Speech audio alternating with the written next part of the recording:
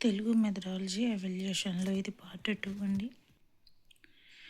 వార్షిక ప్రణాళిక, వార్షిక యూనిట్, పీరియడ్ ప్రణాళికలు అనమాట. ప్రతి ఉపాధ్యాయుడు ప్రణాళికాబద్ధంగా బోధన అభ్యసన ప్రక్రియలు నిర్వహించినప్పుడే ఆశించిన ఫలితాలను సాధించగలుగుతాడు. ఇందుకు తగిన విధంగా సంసిద్ధుడు కావాలి. తాను బోధించబోయే తరగతి విషయాలు, పిల్లల స్థాయిని ముందుగానే అంటే విద్యా సంవత్సరం ప్రారంభంలోనే గుర్తించాలి. బోధనాంశాలు, వాటికి సంబంధించిన బోధనాభ్యసన ప్రక్రియలు, నిర్వహణ, విద్యార్థికి కావలసిన ఆహ్లాదకరమైన వాతావరణం, బోధన అభ్యసన సామగ్రి, అదనపు సమాచారాన్ని సేకరించుకోవాల్సి ఉంది. వీటిని సమీకరించడము, సమకూర్చుకొనడము, తగిన వనరులు అన్వేషించవలసి ఉంటుంది. వీటన్నింటినీ క్రమబద్ధత రూపకల్పనే బోధనా ప్రణాళిక. భాషా బోధనకు సంబంధించిన తరగతి వాతావరణం ఆకర్షణీయంగా రంగురంగుల బొమ్మలతో ఉండే విధంగా ఏర్పాటు చేసుకోవాలి. తరగతి గదిలో భాషా వాతావరణం అనగా కథల పుస్తకాలు, భాషా, క్రీడా సామాగ్రి, దృశ్య శ్రవణ ఉపకరణాలు, కథావాచకాలు వంటి వాటిని సిద్ధం చేసుకోవాలి. పాఠశాలలు తెరిచే నాటికి వార్షిక ప్రణాళిక, ప్రారంభ నెలకు సంబంధించిన పాఠ్య ప్రణాళిక, ఆ పాఠ్య ప్రణాళికకు సంబంధించిన పీరియడ్ ప్రణాళిక సిద్ధం చేసుకోవాలి. ఇప్పుడు అందులో మనకి ఏం చూసుకుంటామంటే ఫస్ట్ వార్షిక ప్రణాళిక. ఇది ఫస్ట్ ఇయర్లో ఉన్న వార్షిక ప్రణాళిక గురించి.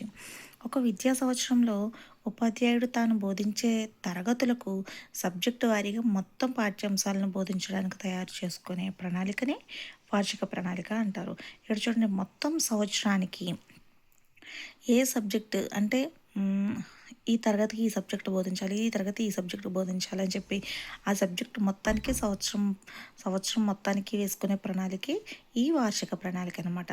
విద్యా సంవత్సరంలో పాఠశాల దినాలు ఎన్ని? 220 పాఠశాల దినాలు ఉంటాయి. 220 రోజులు 10 దినాలు అయితే ఉపాధ్యాయుడు ఉపయోగించే సెలవు దినాలు పోను మిగిలిన దినాలు 160 ఉంటాయన్నమాట.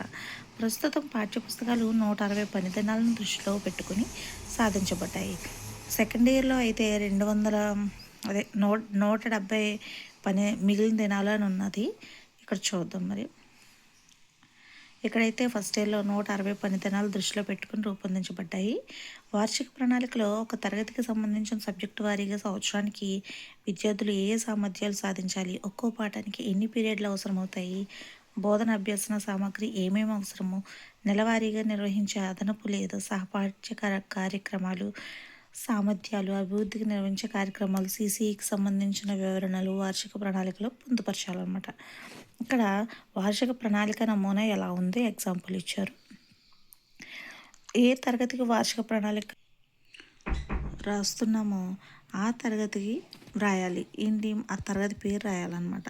విషయం వచ్చేసరికి తెలుగు అవసరమైన పీరియడ్లు 220, బోధన అభ్యసనకు అవసరమైనవి 160. మరి పిల్లల్లో సాధించాల్సిన సామర్థ్యాలు ఏంటి? ఆ తరగతి వారీగా సాధించిన సామర్థ్యాలు పాఠ్యపుస్తకంలో ఇవ్వబడ్డాయి, అవి రాయాలన్నమాట. తర్వాత నెలవారీగా పాఠశాల విభజన ఇలా ఉండాలన్నమాట. మనకి బోధించాల్సిన పాఠం ఏది, ఆ పాఠానికి అవసరమైన పీరియడ్లు ఎన్ని, బోధనా సామాగ్రి ఏమి ఉపయోగించాలి, నిర్వహించిన కార్యక్రమాలు ఏంటని రాసుకోవాలి. తర్వాత ఉపాధ్యాయుని ప్రతిస్పందన రాసుకోవాలి, ప్రధాన ఉపాధ్యాయుని సలహాలు సూచనలు కూడా రాసుకోవాలి. చూడండి, ఇక్కడ ఇచ్చాడు ఎగ్జాంపుల్. ఇక్కడ 4th క్లాస్ విషయం తెలుగు అవసరమైన పీరియడ్లు 220, బోధన అభ్యసనకు అవసరమయ్యే పీరియడ్లు 160. తర్వాత ఏమన్నాడు చూడండి, ఇక్కడ వచ్చేసి 4 పిల్లల్లో సాధించాల్సిన సామర్థ్యాలు అన్నాడు కదా, ఇవన్నమాట. 4th క్లాస్ సామర్థ్యాలు వచ్చేసి 1 వినడం, ఆలోచించి మాట్లాడడం. వినడం, ఆలోచించి మాట్లాడడం అనే సామర్థ్యం ద్వారా మనము ఎలాంటి సామర్థ్యాలను మనము సాధించవచ్చు అంటే చూడండి, గేయాలు, పాటలు, కథలు, సంభాషణలు మొదలైన వాటిని విని అర్థం చేసుకోవాలి. సారాంశాలను క్రమపద్ధతిలో సొంత మాటల్లో చెప్పగలగాలన్నమాట. పిల్లలు చర్చల్లో పాల్గొనాలి, తమ అభిప్రాయాలను చెప్పగలగాలి, చిన్న చిన్న ప్రసంగాలు చేయాలి, తెలిసిన వాటి గురించి చెప్పమనాలి, కారణాలు వివరించగలగాలి, సమర్థిస్తూ విభేదిస్తూ మాట్లాడగలగాలన్నమాట. ఇంకొక సామర్థ్యం ధారాళంగా చదవడం, అర్థం చేసుకుని చెప్పడం, రాయడం అనే సామర్థ్యం సాధించాలి. అది ఎలా సాధిస్తాము? పద్యాలు, పాటలు, గేయాలు, కథలు, కథానికలు, వ్యాసాలు, సంభాషణలు, గేయ కథలు వంటి ప్రక్రియ రూపాలను చదవగలగాలి. అర్థం చేసుకొని చెప్పగలగాలన్నమాట పిల్లలు. బాల సాహిత్యం, వార్తాపత్రికలు, సంచికలు, మ్యాగజైన్స్, అపరిచిత అంశాలను చదవగలగాలి, అర్థం చేసుకోగలగాలి. ఇచ్చిన అంశం ఆధారంగా ప్రశ్నలకు జవాబులు రాయడం, తప్పులు గుర్తించడము, అర్థాలు గ్రహించడము, శీర్షికలు నిర్ణయించడము, విషయాన్ని క్రమ పద్ధతిలో అమర్చడం వంటివి చేయాలన్నమాట. ఆలోచించి సొంత మాటల్లో రాయడం అనేది స్వీయ రచనకు సంబంధించింది. ఈ పాఠ్యాంశాల్లోని పాత్రల గురించి, స్థలాల గురించి, సంఘటనలు, సారాంశాలు మొదలైన వాటి గురించి సొంత మాటల్లో రాయగలగాలి. ఇక్కడ సొంత సారాంశాలను క్రమ పద్ధతిలో సొంత మాటల్లో చెప్పగలగాలి అన్నప్పుడు వినడం, ఆలోచించి మాట్లాడడం. సొంత మాటల్లో రాయాలి అన్నప్పుడు స్వీయ రచన అన్నమాట. ఇచ్చిన అంశాన్ని వివరిస్తూ, సమర్థిస్తూ లేదా విభేదిస్తూ తమ అభిప్రాయాలను తెలుపుతూ సొంత మాటల్లో 10 వాక్యాలు రాయగలగాలి. 1-2 పేరాలు రాయగలగాలి. ఊహించి లేదా తానే ఆ స్థానంలో ఉంటే ఏం చేస్తారో రాయండి అన్నప్పుడు అది స్వీయ రచన అవుతుంది. అదేవిధంగా ఆయా సందర్భాలలో తమ అనుభవాల గురించి, చూసిన సంఘటనలు, పండుగలు, జాతరలు మొదలైన వాటి గురించి రాయగలగాలి. పదజాలము ఇచ్చిన పదాలు సొంత వాక్యాల్లో ఉపయోగించాలి. ఇచ్చిన పదాలను సొంత వాక్యాల్లో ఉపయోగించాలి. సందర్భాన్ని బట్టి అర్థాలను, పర్యాయ పదాలను, నానార్థాలను గ్రహించగలగాలి. పదపట్టికలు, గళ్ళనుడి వంటి భాషా క్రీడల ద్వారా సందర్భోచితంగా పదాలు రాయగలగాలి. పద్యాలను తయారు చేయగలగాలి. సృజనాత్మకత కథలు, కవితలు, గేయాలు పొడిగించగలగాలి, సొంతంగా రాయగలగాలి అన్నది మనకి క్రియేటివిటీ అయిపోతుందండి. తర్వాత ఆత్మకథలు, సూక్తులు, నినాదాలు, లేఖలు, సంభాషణలు రాయగలగాలి. నాటకీకరణ చేయగలగాలి. సూచనలకు అనుగుణంగా చిత్రాలను గీయగలగాలి, రంగులు వేయగలగాలి, వాటిని గురించి రాయగలగాలి. మాస్కులు, ఆహ్వాన పత్రాలు, గ్రీటింగ్ కార్డులు తయారు చేయగలగాలి. మట్టితో బొమ్మను చేసి వాటికి రంగులు వేయగలగాలి. బొమ్మలు చేసి వాటికి రంగులు వేయగలగాలి. నెక్స్ట్ ప్రశంస తోటివారు, మహిళలు, ఇతర వర్గాలు, ఇతర సంస్కృతులు, సేవలు చేసిన వారిని, భాషా శైలిని ప్రశంసించగలగాలి. భాష గురించి తెలుసుకుందాము. భాషా భాగాలను, కాలాలను, విరామ చిహ్నాలను ఉపయోగించగలగాలి. వాక్య నిర్మాణాన్ని, వాక్యాలను, దశలను గుర్తించగలగాలి. కాలానుగుణంగా క్రియలను ఉపయోగించగలగాలన్నమాట అండి. ఇది ఎగ్జాంపుల్స్ ఇచ్చారు చూడండి. ఇక్కడ పట్టికలో బోధించాల్సిన పాఠము, పీరియడ్ల సంఖ్య, బోధనా సామాగ్రి ఏంటి, నిర్వహించిన కార్యక్రమాలు ఏంటి అని చెప్పేసి ఇక్కడ ఒక చిన్న పట్టిక ఇచ్చారు మనకి ఎగ్జాంపుల్. నెక్స్ట్ ఇంకొక 2 పాయింట్స్ ఉన్నాయండి ఫస్ట్ ఇయర్లో. ఏంటిది? ఉపాధ్యాయుడి ప్రతిస్పందన అంటే నెలవారీగా పూర్తి చేసిన పాఠాలు ఏంటి, నిర్వహించిన కార్యక్రమాల ఆధారంగా ఉపాధ్యాయులు తమ ప్రతిస్పందన రాయాలన్నమాట. ప్రధాన ఉపాధ్యాయుడు సలహాలు, సూచనలు ప్రధాన ఉపాధ్యాయుడు నెలవారీగా నిర్వహించే సమీక్షా సమావేశంలో ఇచ్చిన సలహాలు, సూచనలు నమోదు చేయాలి. ఇది ఫస్ట్ ఇయర్లో వార్షిక ప్రణాళిక గురించి. ఇప్పుడు సెకండ్ ఇయర్లో వార్షిక ప్రణాళిక చూద్దాము. సెకండ్ ఇయర్ భాషా బోధన అభ్యసన ప్రక్రియల నిర్వహణ ప్రణాళికలు ఎలిమెంటరీ స్థాయిలో మనకి ఈ వార్షిక ప్రణాళికలన్నీ కూడా ఇందులోనే ఉన్నాయండి. ఇది ఫస్ట్ ఇంట్రడక్షన్. భాష సంజీవ స్రవంతి వంటిది. అది గతిశీలమైంది, ప్రగతిశీలమైంది. తరగతి గదిలో బోధన అభ్యసన ప్రక్రియల నిర్వహణ ద్వారా భాషాభివృద్ధి సాధించాలి. ఇక్కడ నేను ఓల్డ్ టెక్స్ట్ బుక్లో ఉన్న కొన్ని పాయింట్స్ ఇక్కడ రాసేసానండి. రైటింగ్ అర్థం కాదు, ఎందుకంటే నేను ఫాస్ట్గా రాసేసాను, కానీ మీకు నేను చదివి వినిపిస్తానండి. శక్తి అంతా రకరకాల పనికిమాలిన పనుల్లో, పెద్దవాళ్లను ప్రతిఘటించడంలో, వృధా కాలక్షేపాల్లో, అవకతవక వినోదాల్లో వ్యయమవుతూ ఉంటుంది. ఈ శక్తి ప్రవాహాన్ని అవసరమైన కాలువలోనికి మళ్లించడమే ఉపాధ్యాయుడి అసలైన ప్రతిభ అని చెప్పింది ఎవరు? వలారి అజియుల్. క్రమబద్ధమైన రూపకల్పనే ప్రణాళిక రచన. ఆశించిన ఫలితాలు రావాలంటే బోధనాభ్యసన ప్రక్రియ. పాఠ్య ప్రణాళికను ఎప్పుడు రూపొందించుకోవాలి? విద్యా సంవత్సరం మొదట్లో.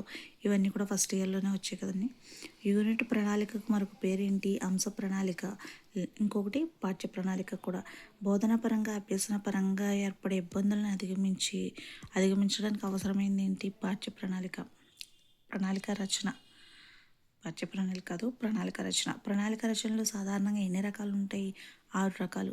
సంస్థాగత ప్రణాళిక, విద్యా ప్రణాళిక, విషయ ప్రణాళిక, వార్షిక ప్రణాళిక, యూనిట్ ప్రణాళిక, పాఠ్య పథకము, పీరియడ్ ప్రణాళిక అన్నమాట.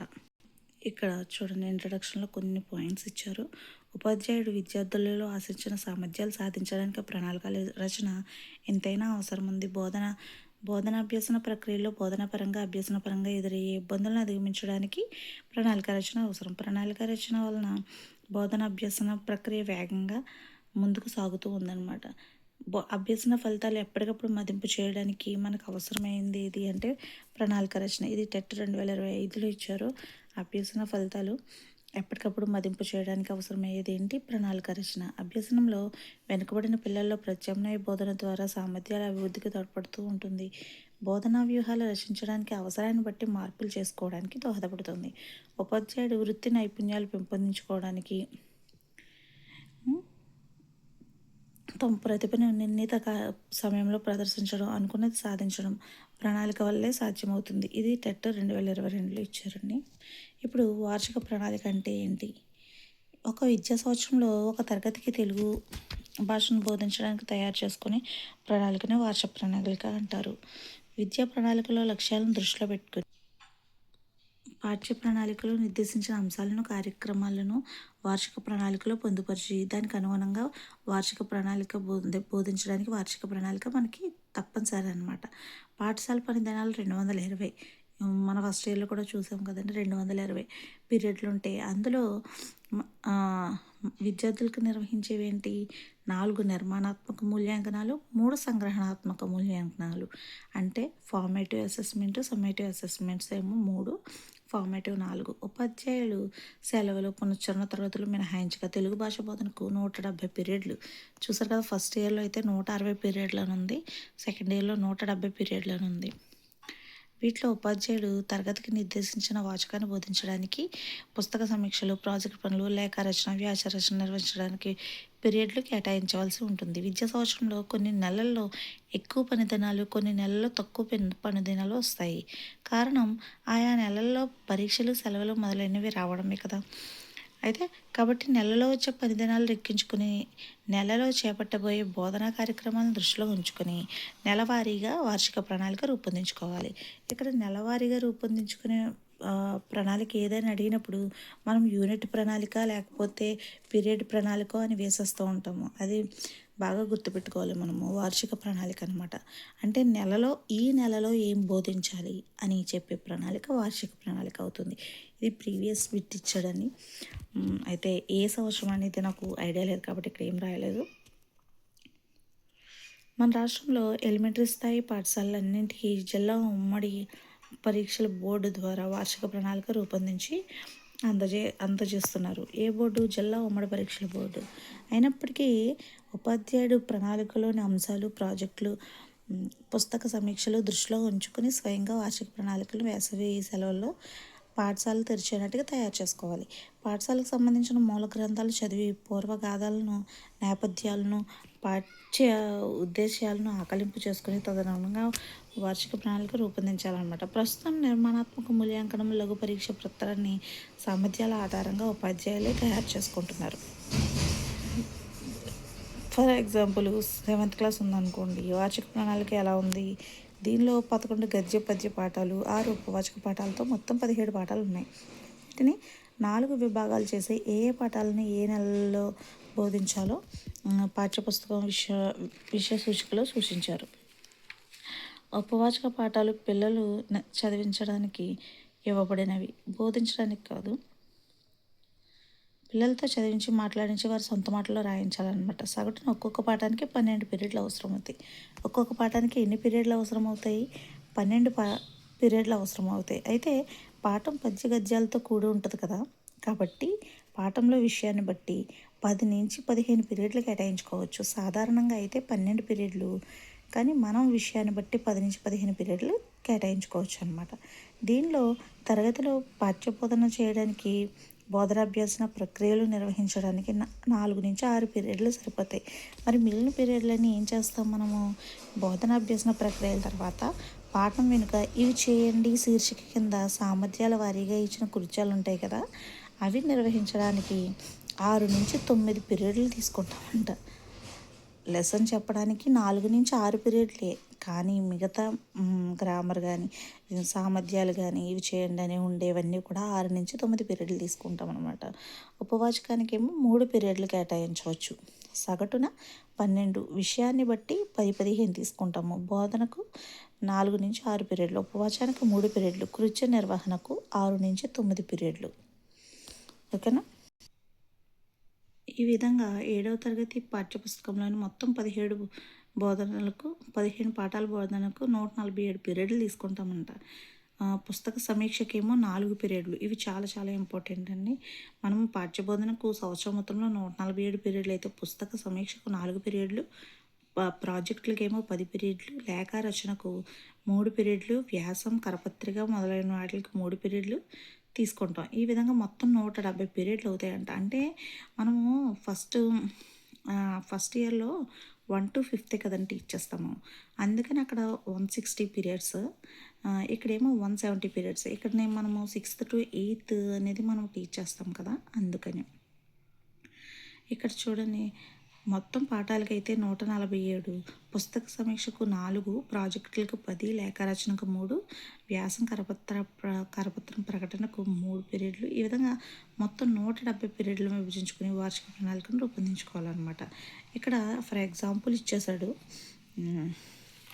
ఒక విషయం తీసుకున్నప్పుడు చూడండి, పాఠ్యబోధనకు 147, పుస్తక సమీక్షకు 4, ప్రాజెక్టులకు 10, లేఖరచనకు 3, వ్యాసం కరపత్ర ప్రకటనకు 6. ఇక్కడ 3 ఉంది కదా అని మీరు అనుకోవచ్చు, మొదలైన వాటికి అని చెప్పేసి అన్నాడు కదా. వ్యాసం కరపత్రం ప్రకటన మునగ వాటికి 3 పీరియడ్లు అన్నాడు కదా. ఇక్కడ 6 పీరియడ్లు ఇస్తాడు, మొత్తం 170 పీరియడ్లు రావడానికి. ఇక్కడ కూడా సాధించాల్సిన సామర్థ్యాల్లో అక్కడ అదైతే 1-5th క్లాసెస్, ఇక్కడ 6th to 8th క్లాసెస్లో మనం చాలా సాధించాల్సిన సామర్థ్యాలు ఏమున్నాయి? వినడం, ఆలోచించడం, ప్రతిస్పందించడం. అంటే ఉపన్యాసాలు, వ్యక్తిత్వాలు, వార్తలు విని అర్థం చేసుకొని ప్రతిస్పందించడం, చర్చల్లో పాల్గొన్న అభిప్రాయాలు వ్యక్తీకరించడము, కళారూపాలు చూసి విని అర్థం చేసుకోవడం, ఆసక్తిని, అభిరుచిని పెంపొందించుకోవడం, పాత్రల స్వభావాలను, తారతమ్యాలను గ్రహించడం, విచక్షణతో ఆలోచించడం, వివిధ సాహిత్య ప్రక్రియ భేదాలను గమనించడము, చిన్న చిన్న సంఘటనలను వర్ణించడం, వర్ణనాత్మకంగా వివరించడం.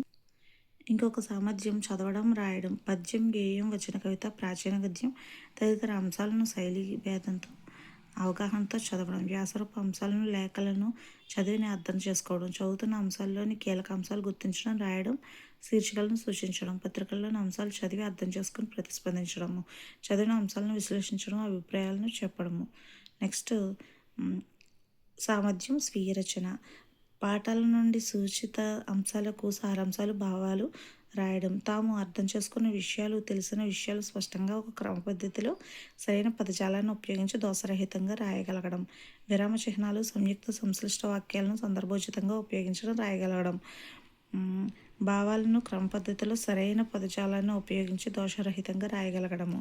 పదజాలం వచ్చేసి అర్థాలు, వ్యతిరేక పదాలు, పర్యాయ పదాలు, ప్రకృతి వికృతులు, జాతీయాలు, సామెతలు గుర్తించడం, అవగాహన చేసుకోవడం, కొత్త పదాలతో పాటు సొంత వాక్యాల్లో రాయగలగడం, నిఘంటువును ఉపయోగిస్తూ స్వీయ అధ్యయనం చేయడం, మాండలిక భాషారూపాలను గుర్తించడం, వినియోగించడము.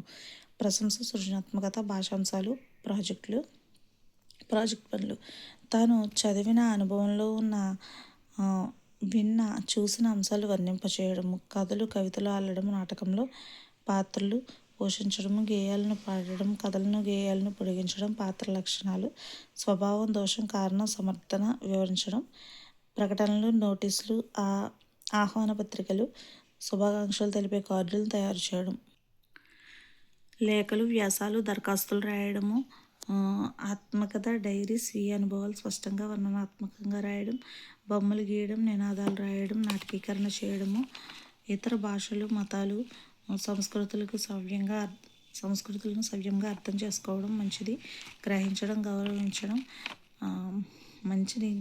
గౌరవించడం, బాలికలు, ప్రత్యేక అవసరాలు గల పిల్లలు మనతో సమానమని గుర్తించి వాళ్ళని గొప్పదనాన్ని ప్రశంసించడం, వ్యాకరణ అంశాల పట్ల అవగాహన పెంచుకోవడం, వర్ణమాల విభాగాలు, భాషాభాగాలు, విభక్తులు, సందులు, సమాసాలు, ఛందస్సు, అలంకారాలు, క్రియల్లో భేదాలు, వాక్యాల్లో భేదాలు స్పష్టంగా గుర్తించగలడం, వ్యతిరేకార్థక రూపాల పట్ల అవగాహన పెంచుకోవడం. ఇక్కడికి వచ్చేసి వార్షిక ప్రణాళిక అయిందండి.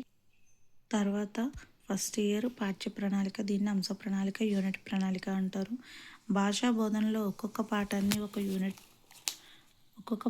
ఒక యూనిట్గా బోధించవలసి ఉంటుంది. ఒక పాఠం మొత్తం బోధించడానికి ఎన్ని పీరియడ్లు అవసరమవుతాయో దృష్టిలో పెట్టుకుని రాసే ప్రణాళికను పాఠ్య ప్రణాళిక అంటారు. దీనినే యూనిట్ ప్రణాళిక అని కూడా అంటారు. ప్రస్తుతం ప్రాథమిక పాఠశాలలో తెలుగు బోధించడానికి 90 నిమిషాల కాలక్రమ పట్టిక టైం టేబుల్ మనము కేటాయించబడింది. మొదటి 45 నిమిషాల్లో ఉపాధ్యాయుడు బోధనాభ్యసన ప్రక్రియలు నిర్వహించాలి.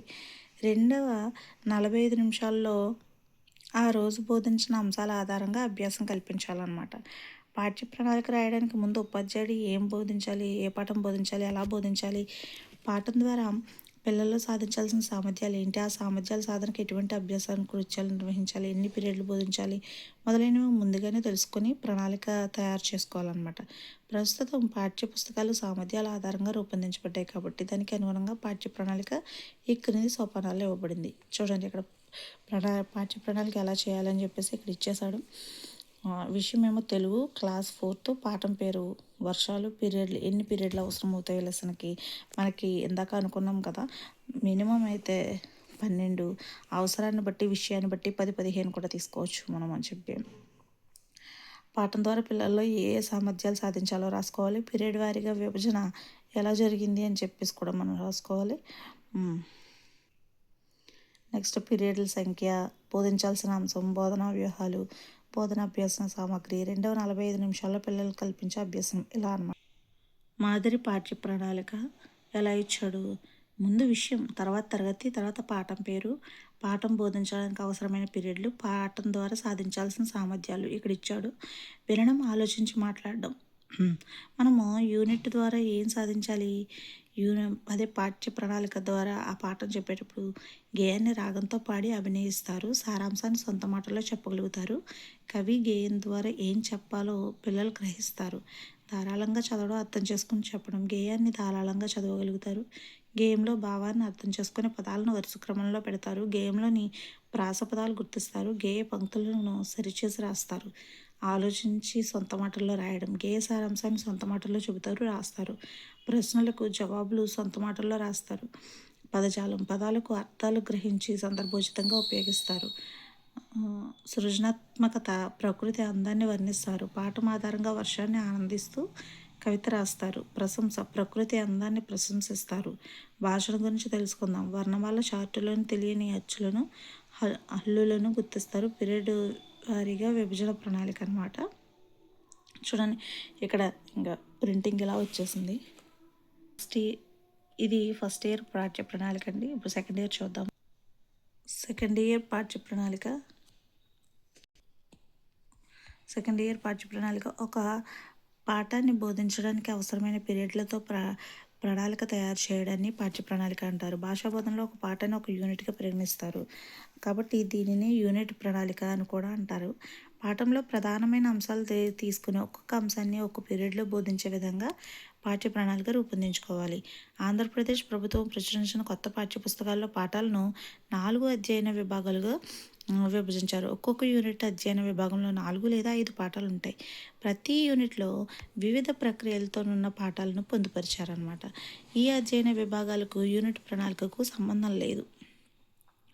యూనిట్ ప్రణాళిక లేదా పాఠ్య ప్రణాళిక అంటే ఒక పాఠానికి సంబంధించిన ప్రణాళిక. ఒక్కొక్క పాఠం నిడివిని బట్టి 12 పీరియడ్లు బోధించే విధంగా రూపొందించారు. ప్రతి పాఠానికి ముందు పిల్లలను ఆలోచింపజేయడానికి, దృష్టిని పాఠం వైపు మరల్చడానికి ఉన్మీకరణ చిత్రాన్ని ఇచ్చారు. దీనికి ఒక పీరియడ్ కేటాయించాలి. అలాగే ప్రతి పాఠానికి ముందు విద్యార్థులకు సూచనలు ఇచ్చారు. దీని నిర్వహణకు ఒక పీరియడ్. పాఠం స్వభావాన్ని బట్టి బోధనా వ్యూహాలను ఎంపిక చేసుకోవాలి. పాఠంలో విషయాన్ని అవగాహనపరచడానికి పాఠం నిడివిని బట్టి 4 లేదా 5 పీరియడ్లుగా కేటాయించుకోవాలి. ఇందాక ఫస్ట్ ఇయర్లో 4 నుంచి 6 అనుకున్నాం కదా, విషయ ప్రణాళికలు అనుకున్నాం 4 నుంచి 6 అని. పీరియడ్ ప్రణాళికలో వచ్చేసి వార్షిక ప్రణాళికలు అనుకున్నాం మనం. ఈ పీరియడ్ ప్రణాళికలో ఎక్కడున్నాం, ఒక పీరియడ్ కేటాయించాలి. ఆ పాఠం స్వభావాన్ని బట్టి బోధనా వ్యూహాలను ఎంపిక చేసుకోవాలి. పాఠంలోని విషయాన్ని అవగాహన పరచుకోవడానికి పాఠం నిడివిని బట్టి 4 లేదా 5 పీరియడ్లుగా కేటాయించుకోవాలి. వివిధ సామర్థ్యాలకు సంబంధించిన అభ్యాసాలు నిర్వహించడానికి 6-8 పీరియడ్లు కేటాయించుకోవాలి. పాఠం ద్వారా సాధించే సామర్థ్యాలను దృష్టిలో ఉంచుకొని పాఠాన్ని పీరియడ్లుగా విభజించుకొని ఒక్కొక్క పీరియడ్లో బోధనా అంశాన్ని బోధించడానికి బోధనా వ్యూహాలతో బోధన అభ్యసన సామగ్రితో పాఠ్య ప్రణాళిక అనేది తయారు చేసుకోవాలన్నమాట. ఇక్కడ పాఠ్య ప్రణాళిక ఎలా ఉంది అని చెప్పి ఇచ్చాడు చూడండి. పాఠం పేరు, తరగతి, మాసం రాయాలి. నెక్స్ట్ అవసరమైన కాలాంశాలు ఎన్ని, అవసరమైన పీరియడ్స్ అన్నమాట. పాఠం ఆధారంగా సాధించాల్సిన సామర్థ్యాలు ఏంటి అని చెప్పి ఈ పక్కన రాసిన వేరే బిట్స్ అన్నీ అంటే ఓల్డ్ టెక్స్ట్ బుక్లో ఉన్నవి ఎక్స్ట్రాగా మనము చదవాలి అంటే ఇక్కడ రాసేసుకున్నాను నేను. ఇవన్నీ లాస్ట్లో చెప్పుకుందాం.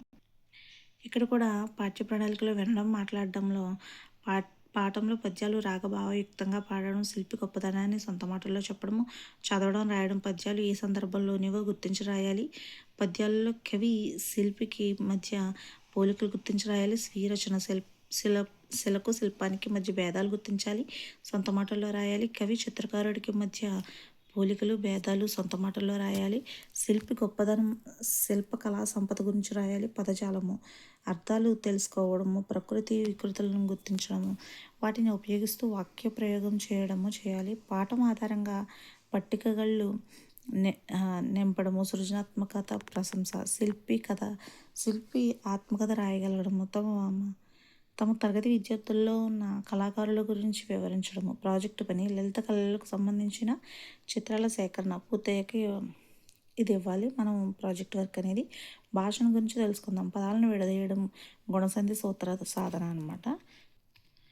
ఫస్ట్ ఇయర్లో ఉన్న పీరియడ్ ప్రణాళిక, దీన్ని కాలాంశ ప్రణాళిక, ఉప అంశ ప్రణాళిక అని అంటాము. అంశ ప్రణాళిక అయితే యూనిట్ ప్రణాళిక, ఉప అంశ ప్రణాళిక అంటే పీరియడ్ ప్రణాళిక అనమాట.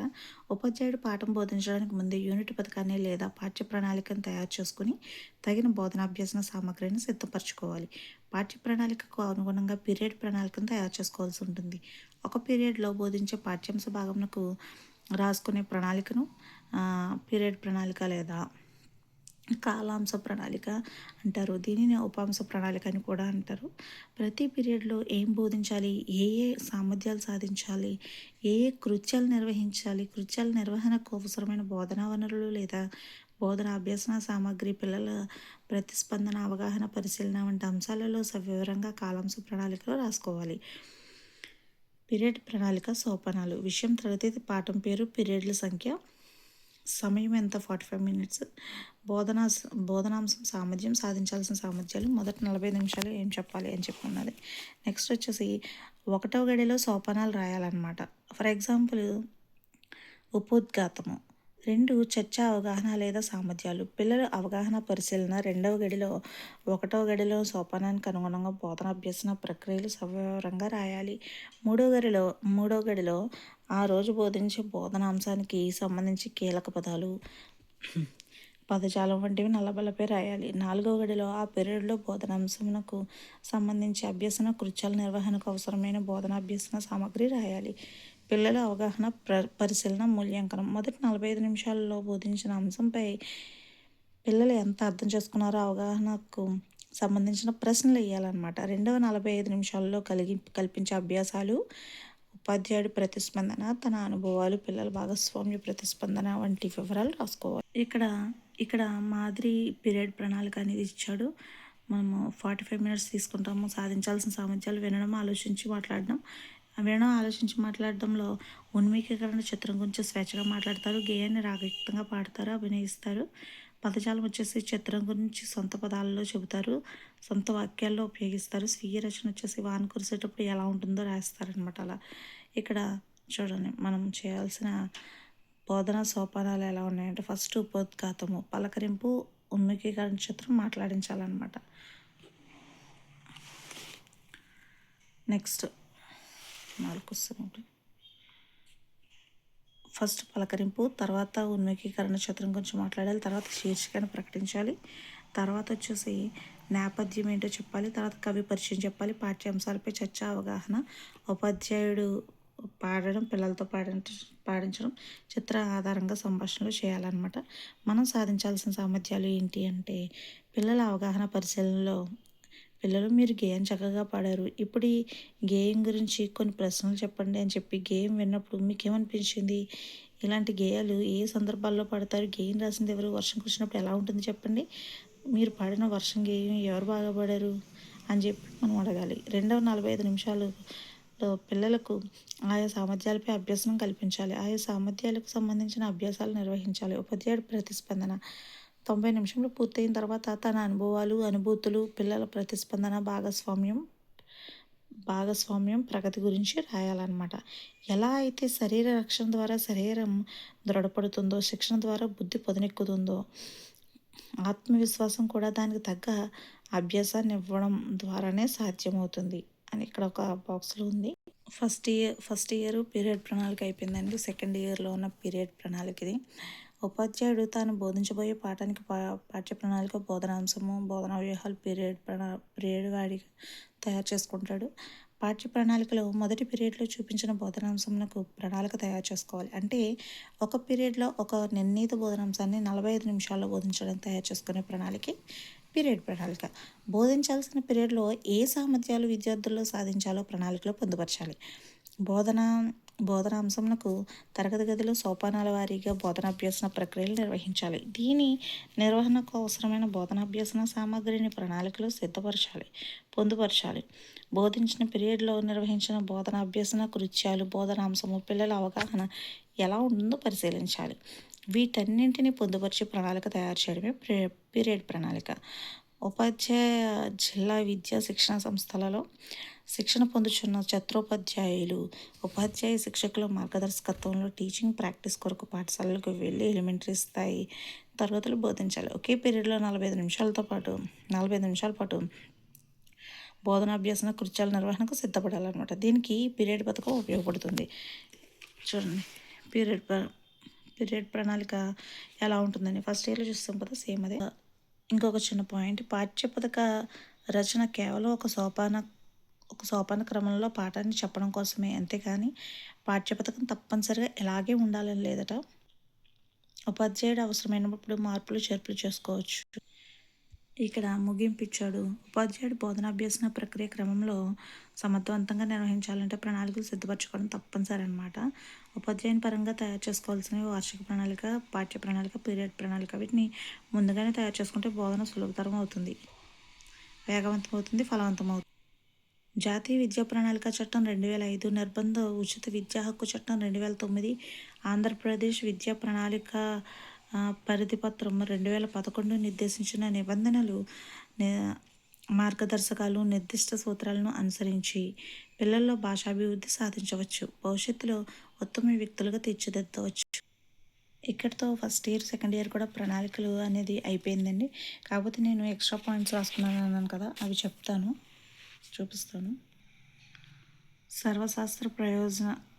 సర్వశాస్త్ర ప్రయోజనం ఆత్మదర్శనం అని చెప్పింది సర్వేపల్లి రాధాకృష్ణన్. సంస్థాగత ప్రణాళిక ద్వారా మనము ఎలా ఉండొచ్చు, గ్రామస్తుడిగా, కార్యకర్తగా ఉండొచ్చు. వార్షిక విషయ ప్రణాళిక ద్వారా సమాజాన్ని మార్చే ఉత్ప్రేరకుడిగా ఉపాధ్యాయుడు ఉంటాడు. పాఠ్య ప్రణాళిక ద్వారా ఏమో విద్యార్థులకే కాకుండా అందరికీ మిత్రుడిగా, సలహాదారుడిగా ఉపాధ్యాయుడు మారుతాడండి. సంస్థాగత ప్రణాళిక ద్వారా ఎలా మారుతాడు? గ్రామస్తుడిగా, కార్యకర్తగా మారుతాడు. వార్షిక విషయ ప్రణాళిక ద్వారా అయితే సమాజాన్ని మార్చే ఉత్ప్రేరకుడిగా మారుతాడు.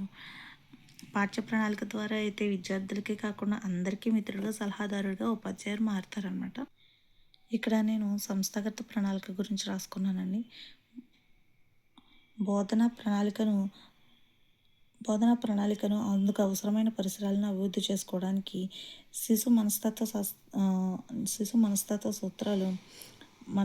శాస్త్ర సూత్రాలు, క్రీడా పద్ధతులు సరిపోతాయని చాలామంది విద్యావేత్తలు అంటారు. ఈ వాదనను ఏమంటారంటే సైకాలజిజం అంటారు. ప్రతి విద్యా సంస్థ దేనిలో భాగము? సంఘంలో భాగము.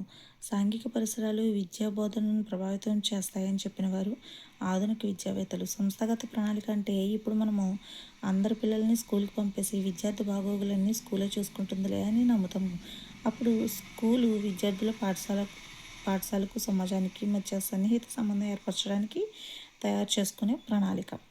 సంస్థాగత ప్రణాళిక అంటే పాఠశాలకు అవసరమైనప్పుడు సమకూర్చేది సంస్థాగత ప్రణాళిక. పాఠశాలకు నిర్వహణలో ప్రజాస్వామ్య విలువలు పాటించేది సంస్థాగత ప్రణాళిక. విద్యార్థుల ప్రయోజనాలను పరీక్షించేది సంస్థాగత ప్రణాళిక. సంస్థాగత ప్రణాళికలు దృష్టిలో ఉంచుకోవాల్సిన ఏంటి? పాఠశాల ధ్యేయం, గమ్యం, పాఠశాల అవసరాలు, పాఠశాలకు సమాజం నుంచి వచ్చే వనరులు, ప్రభుత్వం ద్వారా వచ్చే వనరులను గుర్తుపెట్టుకోవాలన్నమాట. సంస్థాగత ప్రణాళికను ప్రతి సంవత్సరం తయారు చేసుకోవాలి. సంస్థాగత ప్రణాళికను తయారు చేయడానికి ప్రధాన ఉపాధ్యాయుడు, పాఠశాల విద్యా సంఘం, పర్యవేక్షణాధికారులు, విద్యా నిపుణుల మధ్య సంప్రదింపులు అవసరము. ప్రపంచ భాషా అట్లాస్ను విడుదల చేసింది యునెస్కో. దీని ప్రకారం 196 భాషలు అంతరించిపోయే దశలో ఉన్నాయి. అందులో ఇండియా అగ్రగామిగా ఉంది. మాతృభాషను అవపోసన పట్టేవాడే పరభాషలను తేలికగా నేర్చుకోగలడని నిరూపించిన దేశాలు చైనా, జపాను. తెలుగు భాషా దినోత్సవము ఆగస్టు 29 గిడుగు రామ్మూర్తి పంతులు గారి జన్మదినము. వ్యవహారిక తెలుగు భాషోద్యమానికి శ్రీకారం చుట్టినవారు గిడుగు రామ్మూర్తి గారు. ఆంధ్ర భాషా దినోత్సవం ఎప్పుడు? ఫిబ్రవరి 21. అంతర్జాతీయ సంగీత దినోత్సవము అక్టోబర్ 1. అంతర్జాతీయ అక్షరాస్యత దినోత్సవం సెప్టెంబర్ 8. సంస్థాగత ప్రణాళికలను పాఠశాల సాధిస్తున్న అభివృద్ధిని జియోగ్రాఫికల్ ఇన్ఫర్మేషన్ సిస్టమ్ ద్వారా గూగుల్ ఎర్త్ తరహాలో భద్రపరచాలని సంకల్పించిన కమిషన్ రాజీవ్ విద్యా కమిషన్ సర్వశిక్ష అభియాన్. సంస్థాగత ప్రణాళికలో భాగంగా భాషా సహపాఠ్య కార్యక్రమాల్లో నిర్వహించుకోవాల్సిన దినోత్సవాలు ఏంటి? మార్చి 8 అంతర్జాతీయ మహిళా దినోత్సవం. ఏప్రిల్ 16 తెలుగు నాటక రంగ దినోత్సవం, కందుకూరి గారు బర్త్డే. అక్టోబర్ 5 ప్రపంచ ఉపాధ్యాయుల దినోత్సవము.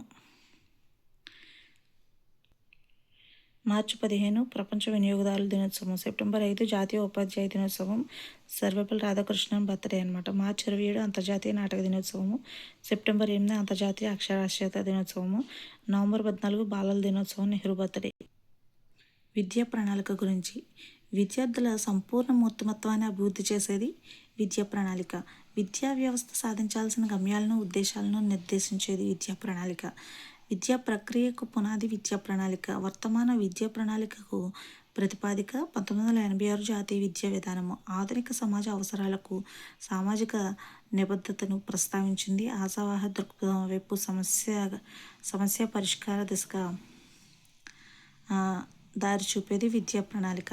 జాతీయ విద్యా ప్రణాళిక చట్టం నేషనల్ కరికులం ఫ్రేమ్వర్క్ పరిధికి లోబడి అనుసరించవలసిన విద్యా ప్రణాళికను తయారు చేస్తారు. నెక్స్ట్ విషయ ప్రణాళిక. పిల్లలకు అవసరమైన జ్ఞానాన్ని అందించడానికి, దాన్ని సైద్ధాంతీకరించడానికి భూమిక ఏర్పరచడమే విషయ ప్రణాళిక అవుతుంది. మారుతున్న సహజ అవసరాలకు అనుగుణంగా మారే ప్రణాళిక విషయ ప్రణాళిక. వార్షిక ప్రణాళిక. ఎలా అయితే శరీర రక్షణ ద్వారా శరీరం దృఢపడుతుందో, శిక్షణ ద్వారా బుద్ధి పదునెక్కుతుందో, ఆత్మవిశ్వాసం కూడా దానికి తగ్గ అభ్యాసం ఇవ్వడం ద్వారానే సాధ్యమవుతుంది అని చెప్పింది మహాత్మా గాంధీ చెప్పారట. ఇక్కడ మనం ఇందాక చూసాం కానీ ఇక్కడ మహాత్మా గాంధీ అని లేదు, కానీ ఇక్కడ ఉందండి వార్షిక ప్రణాళిక అవుతుంది. ఇది చెప్పింది మహాత్మా గాంధీ. నెక్స్ట్ వచ్చేసి విషయ ప్రణాళికను అనుసరించి విద్యా సంవత్సరంలో పాఠశాల ఉపాధ్యాయులు తర్వాత విషయంలో ప్రతి తరగతికి పాఠ్యాంశ బోధన అమలు చేసే పథకమే వార్షిక ప్రణాళిక. పాఠ్యపుస్తకంలోని ఏ పాఠ్యాంశానికి ఎంత సమయం కేటాయించాలో నిర్ణయించడానికి ఉపాధ్యాయుడు అభ్యసన కార్యక్రమాన్ని నిర్వహిస్తాడు. ఇది ఏమవుతుంది? వార్షిక ప్రణాళిక. ఒక పీరియడ్లో ఒకరోజు బోధించే పాఠ్యాంశ భాగానికి ఉపాధ్యాయుడు తయారు చేసే ప్రణాళికను పాఠ్య ప్రణాళిక అంటారు. పాఠశాల వ్యవస్థలో బోధనకు, దాని ధృవీకరణకు పునాది చదవడం, రాయడం. ఇది పీరియడ్ ప్రణాళిక అవుతుంది. ఏది ఒక పీరియడ్లో ఒకరోజు బోధించే పాఠ్యాంశ భాగానికి ఉపాధ్యాయుడు తయారు చేసుకునే ప్రణాళిక పీరియడ్ ప్రణాళిక. ప్రాథమిక స్థాయి వాచకాల భాషలో పాటించదగినవి విసంధి రూపాలు. మన బోధన ఎటువంటి ఫలితాలను ఇస్తుందో తానే మూల్యాంకనం చేసుకోవడానికి చతురోపాధ్యాయునికి ఉపయోగపడేది స్వీయ మూల్యాంకనము. మాతృభాషను మధ్యమ భాషగా ప్రథమ స్థానాన్ని ఇవ్వవలసిన అవసరాన్ని గుర్తించి అమలు చేస్తున్నవారు విషయ ప్రణాళిక కార్యకర్తలు. వాచకాల తయారీలోని 4 ప్రధాన అంశాల క్రమం ఏంటి అంటే ఎంపిక, అమరిక, రచన, యోగ్యత. ఎంపిక, అమరిక, రచన, యోగ్యత. తగిన తగిన సన్నద్ధత లేకపోవడం అభ్యసనం లేదా బోధన విఫలం కావడానికి సన్నద్ధత అవుతుంది అని అన్న విద్యావేత్త ఎవరు? Benjamin Franklin. నెక్స్ట్ చూడండి, భారతీయులందరూ ఒకటే అన్న సూత్రాన్ని ద్వితీయ భాషా వాచకాలు ప్రతిబింబించాలి. ఇది ఏ అంశం? సాంస్కృతిక అంశం. వివరణాత్మక పాఠ్య పథక నిర్మాణము సమర్థనీయమైనది కాదు. పిల్లలకు అవసరమైన జ్ఞానాన్ని అందించడానికి దాన్ని సైద్ధాంతీకరించడానికి భూమిక ఏర్పరిచేది విషయ ప్రణాళిక. ప్రాథమిక స్థాయి వాచకంలో ఒక పాఠం చివర నేనివి చేయగలడాని అనే శీర్షిక గల అభ్యసనం ఉద్దేశం ఏంటి? స్వీయ మూల్యాంకనము. విద్యా ప్రణాళిక ఉత్పత్తి ధ్యేయం ఏంటి? విద్యార్థుల్లో ప్రవర్తనలో మార్పులు ఆశించడం. భక్తి, వాత్సల్య, కరుణ, అద్భుత రసాలతో కూడిన పదాలు వాచకాలలో ఏ స్థాయిలో ఉండాలి? ప్రాథమికోన్నత స్థాయిలో. సంస్థాగత ప్రణాళికలోని ప్రాధాన్యతాంశాలలో ఏది ఒకటి? పాఠశాలలో సమాజం నుండి లభించే వనరులు. విద్యార్థులు ఏ పద్ధతిలో నేర్చుకోవాలో నిర్ణయించుకుంటే ఏం చేయాలన్నా దానికన్నా వేగంగా నేర్చుకోగలరు అని అన్నది ఎవరు అంటే షంక్. భాషేతర వాచకాల కంటే భాషా వాచకాలలో గల ప్రత్యేకత అన్ని శాస్త్ర విషయాలు ఉండడము. నెక్స్ట్, ఒక శీర్షికకు సంబంధించిన ప్రణాళికను ఇలా అంటారు. ఏమంటారు? పాఠ్యపథకము. ఏకలక్షణ సంపన్నత కలిగిన ఒక బోధన అంశం యూనిట్. భవితకు ప్రణాళిక వేయని మనిషికి ఆదిలోనే అంశపాదు సాక్షాత్కరిస్తుంది అని అన్నవారు కన్ఫ్యూనియస్. కొత్త పాఠం బోధించడానికి ఎన్ని పీరియడ్లు అవసరమవుతాయో దృష్టిలో పెట్టుకొని రాసే ప్రణాళిక పాఠ్య ప్రణాళిక. ఇవి చేయండికి 6 నుంచి 9 పీరియడ్లు అవసరమవుతాయి. వార్షిక ప్రణాళికను అందజేస్తున్నవారు జిల్లా ఉమ్మడి పరీక్షల బోర్డు DCEB వాళ్ళు. అంతర్జాతీయ నాటక దినోత్సవం ఇప్పుడు మార్చి 27, కందుకూరి జయంతి మరియు తెలుగు నాటక రంగ దినోత్సవం ఏప్రిల్ 16. విద్యా వ్యవస్థ మౌఖిక చిత్రాన్ని కన్నుల ముందుంచే ప్రణాళిక విద్యా ప్రణాళిక. ఆధునిక సమాజంలో విద్యార్థి జీవించడానికి అవసరమైన పరిజ్ఞానాన్ని అందించే ప్రణాళిక విద్యా ప్రణాళిక. పీపీఎలక అంటే చీమ అని అర్థము. జాతీయ విద్యా ప్రణాళిక చట్టానికి లోబడి తయారు చేసే ప్రణాళిక విద్యా ప్రణాళిక. విద్యార్థుల సంపూర్ణ మొత్తత్వాన్ని అభివృద్ధి చేసే ప్రణాళిక విద్యా ప్రణాళిక. విద్యా ప్రణాళిక మూల భావనలు, విద్యా గమ్యాలు, ఉద్దేశాలు, లక్ష్యాలు దృష్టిలో ఉంచుకొని తయారు చేసుకునే ప్రణాళిక విషయ ప్రణాళిక. బాలబాలికలకు అందవలసిన సామర్థ్యాలు, భాషా నైపుణ్యాలకు ప్రాధాన్యతనిచ్చే ప్రణాళిక యూనిట్ ప్రణాళిక. ప్రాథమిక దశలోని పాఠ్యపుస్తకంలో బాలగేయాలు, చిన్న చిన్న నీతి పద్యాలు ఏ భాషలో ఉండాలి? సరళ గ్రాంధిక భాషలో ఉండాలి. తెలుగు వాచకంలో పద్య గద్య పాఠాలతో పాటు గేయాలు, లేఖలు, సంభాషణలు మొదలైనవి ఉండాల్సిన దశ మాధ్యమిక దశ. ద్వితీయ భాషగా తెలుగు వాచకంలో ఉండాల్సిన భాష వ్యవహారిక భాష. ద్వితీయ భాషగా తెలుగు వాచకంలోని అభ్యాసాల్లో దేనికి ప్రాధాన్యత ఉంటుంది? వాక్య నిర్మాణానికి.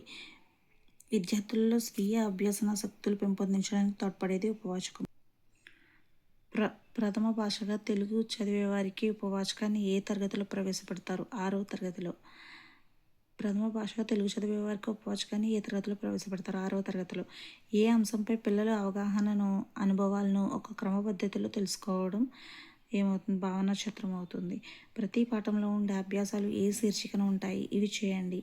బోధనను అభ్యాసం చేయడానికి ఇది తోడ్పడుతుంది. ఏంటి? కాలాంశ ప్రణాళిక. ఇక్కడతో ఈ లెసన్ అనేది అయిపోయిందండి. ప్రణాళికలు మాత్రమే. ఇక్కడ ఎవాల్యుయేషన్ ఉంటుంది.